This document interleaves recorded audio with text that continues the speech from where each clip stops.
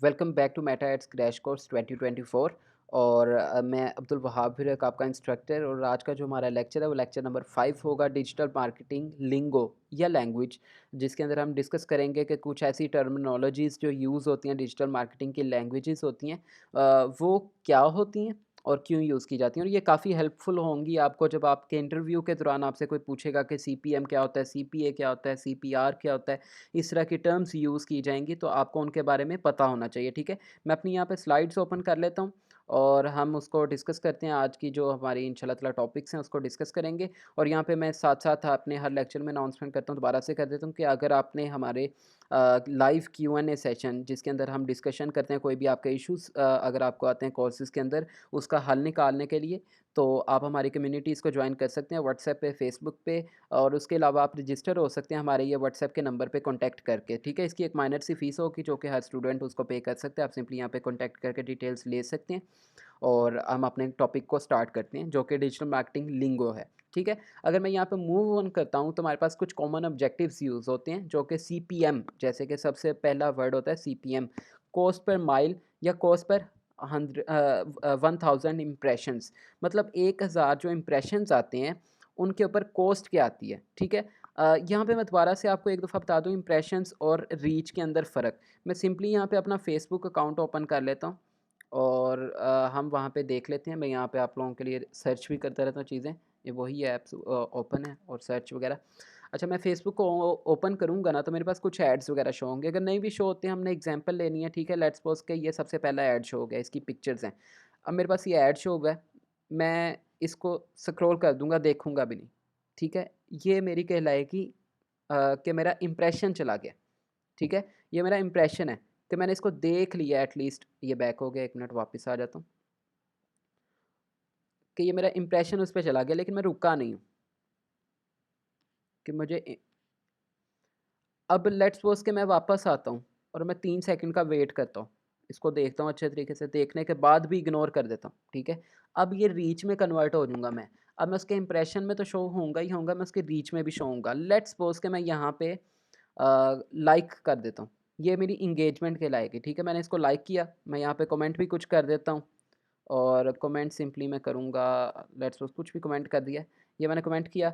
अब ये कमेंट मेरा एंगेजमेंट में ही कहलाएगा, मतलब उसके साथ मैं एंगेज हुआ हूँ। सबसे पहले तो मैंने देखा कि मेरे पास ऐड आया, मैंने सिंपली स्क्रॉल कर दिया, तो वो मैं मेरे पास इंप्रेशन ज़रूर चला गया मेरा कि मेरे पास ऐड शो हुआ है मेरी प्रोफ़ाइल पे, बट मैं उस पे रुका नहीं।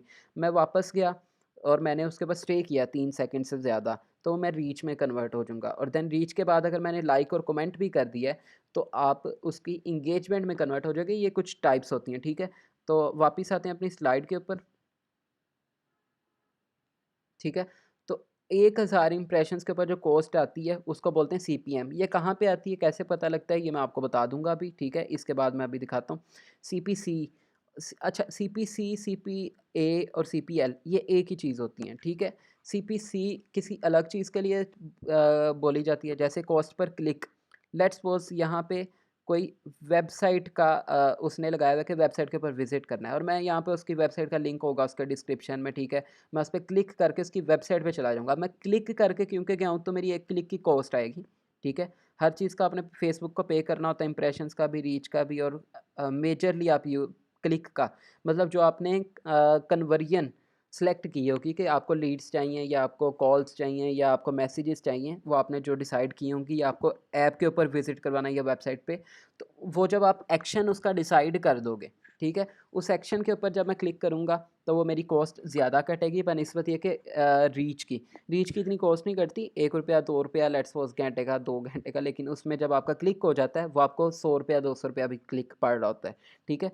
तो वो ये चीज़ें आपको बाद में समझाऊँगा जब हम अपनी फर्स्ट कैंपेन क्रिएट करेंगे कि ये कैसे काउंट करते हैं हम, कि क्लिक के ऊपर कितनी कॉस्ट आ रही है और रीच के ऊपर कितनी कॉस्ट आ रही है, ठीक है?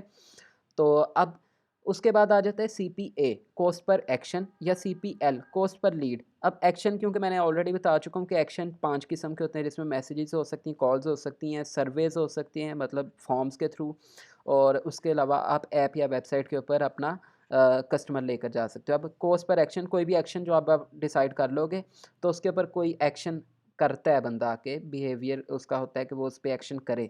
मैसेजेस का रखा है तो मैसेजेस कर दे, अगर लाइक्स का रखा है तो वो लाइक कर दे, फॉलो का रखा है तो फॉलो कर दे। जो भी एक्शन आपने डिसाइड किया उसके ऊपर जैसे ही वो क्लिक कर देगा तो आपको कॉस्ट उसकी आ जाएगी, ठीक है, वो आपने पे करनी होगी। और उसके अलावा लीड्स मैं बता चुका हूँ 3 तरह की होती है कि आपके फेसबुक, व्हाट्सएप या फिर इंस्टाग्राम के ऊपर मैसेजेस या कॉल आ जाए आपको, तो आपकी लीड कहलाती है, ठीक है। इसके अलावा सीपीडी कॉस्ट पर डे, मतलब एक दिन के अंदर क्या कॉस्ट आई है। अब ये कहाँ पे शो होता है सारा कुछ, और सीपीआर भी होता है, ठीक है, वो भी आपको दिखा देता हूँ। कॉस्ट पर रिजल्ट जो कि यहाँ पे मेंशन नहीं है, मैं आपको यहाँ पे दिखा देता हूँ। जैसे ये है कॉस्ट पर रिजल्ट।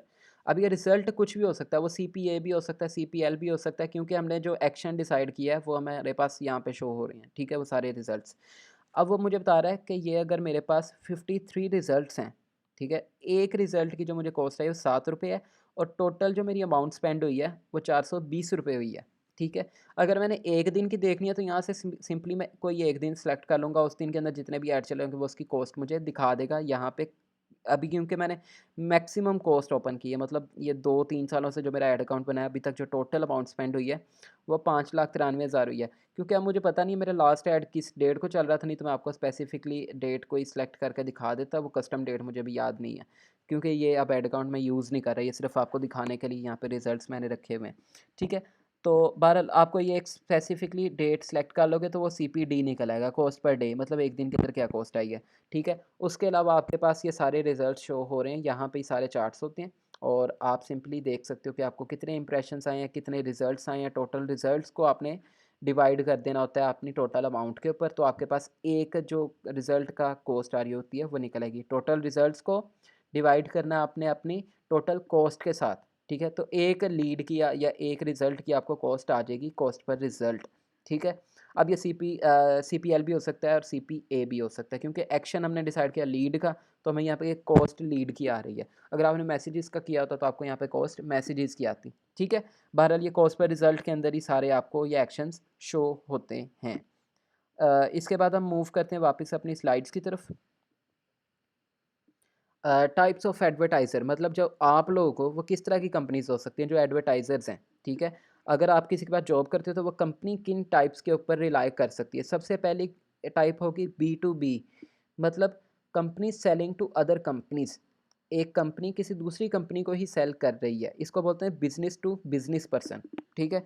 अभी मैं बात कर लेता हूँ, लेट्स सपोज कि आपके पास एक होल सेलर है। होलसेलर आगे किसी शॉप वाले को ही अपनी चीज़ें बेचेगा, कस्टमर को डायरेक्ट नहीं बेच रहा। उसका कस्टमर कौन है, एक और बिजनेस। होलसेलर खुद एक बिजनेस कर रहा है जो कि आगे शॉप को सेल कर रहा है, जो कि शॉप भी आगे बिजनेस ही करेगी। तो जो होलसेलर ने काम किया है शॉपकीपर के साथ, उसको बोलेंगे बी टू बी कंपनी है वो, ठीक है। और जब वो शॉप वाला आगे कस्टमर्स को सेल करेगा तो उसे कहेंगे बी टू सी, यानी शॉप वाले का बिजनेस कहलाएगा बी टू सी और होलसेलर का बिजनेस कहलाएगा बी टू बी, ठीक है।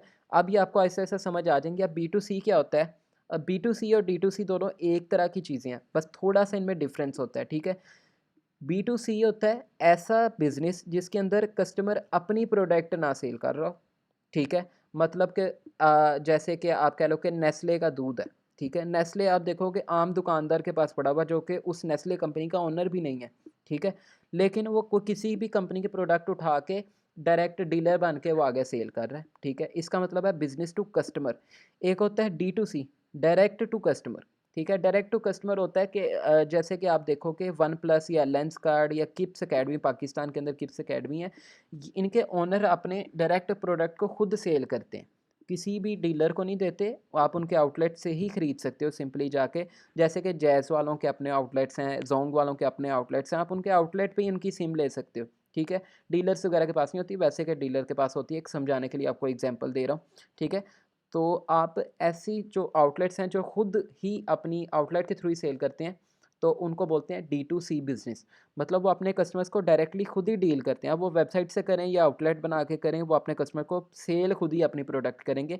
मतलब उनकी प्रोडक्ट किसी भी थर्ड पार्टी वेंडर के पास अवेलेबल नहीं होगी। अगर वो होगी तो फिर वो बी टू सी है, अगर नहीं वो डायरेक्ट कस्टमर डील कर रहा है तो फिर डायरेक्ट टू कस्टमर होगा, डी टू सी, ठीक है।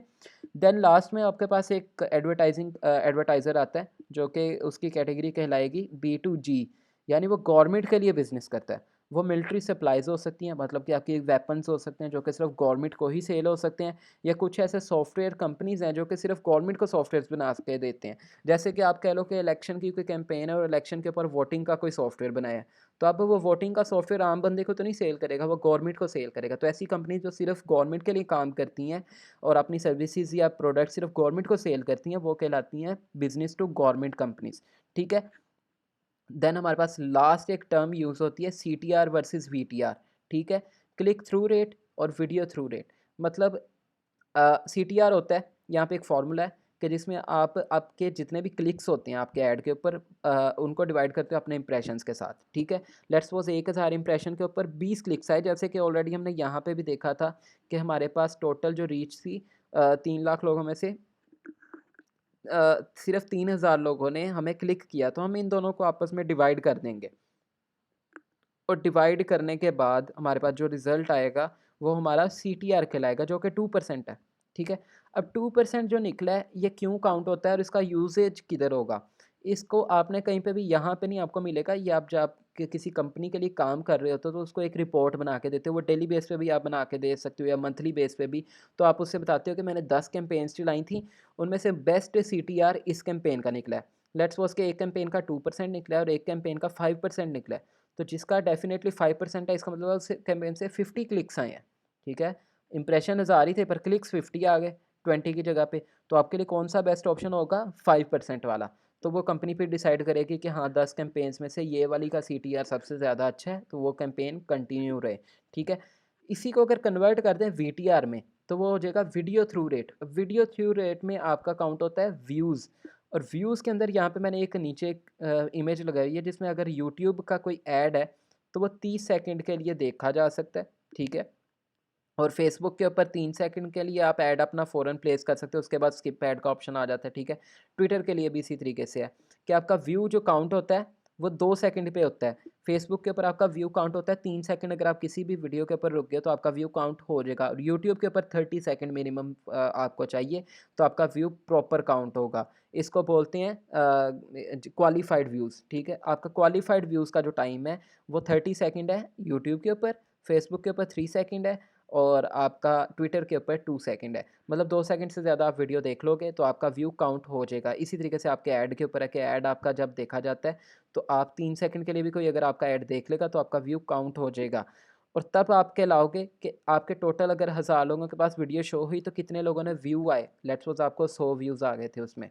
ठीक है। तो आपका VTR नहीं कहलाएगा सिंपली, और उसको आप सेम वैसे ही रिपोर्ट में अपने मेंशन कर सकते हो कि आपने 10 डिफरेंट कैंपेन्स चलाई थी जिनका VTR ये आया है।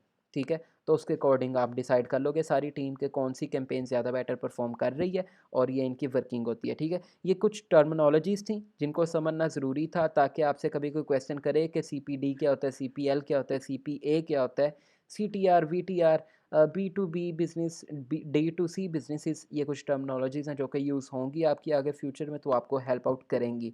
इंशाल्लाह ताला अपना ख्याल रखिएगा। अगले लेक्चर में मुलाकात होती है। उम्मीद करते हैं कि ये लेक्चर्स आपके लिए बेनिफिशियल होंगे। आप अपने रिव्यूज़ और रिमार्क्स ज़रूर कमेंट भी किया करें, और आप हमें मैसेज भी कर सकते हैं हमारे व्हाट्सएप नंबर पे रजिस्ट्रेशन करने के लिए। ठीक है। अपना ख्याल रखिएगा। अल्लाह हाफ़िज़।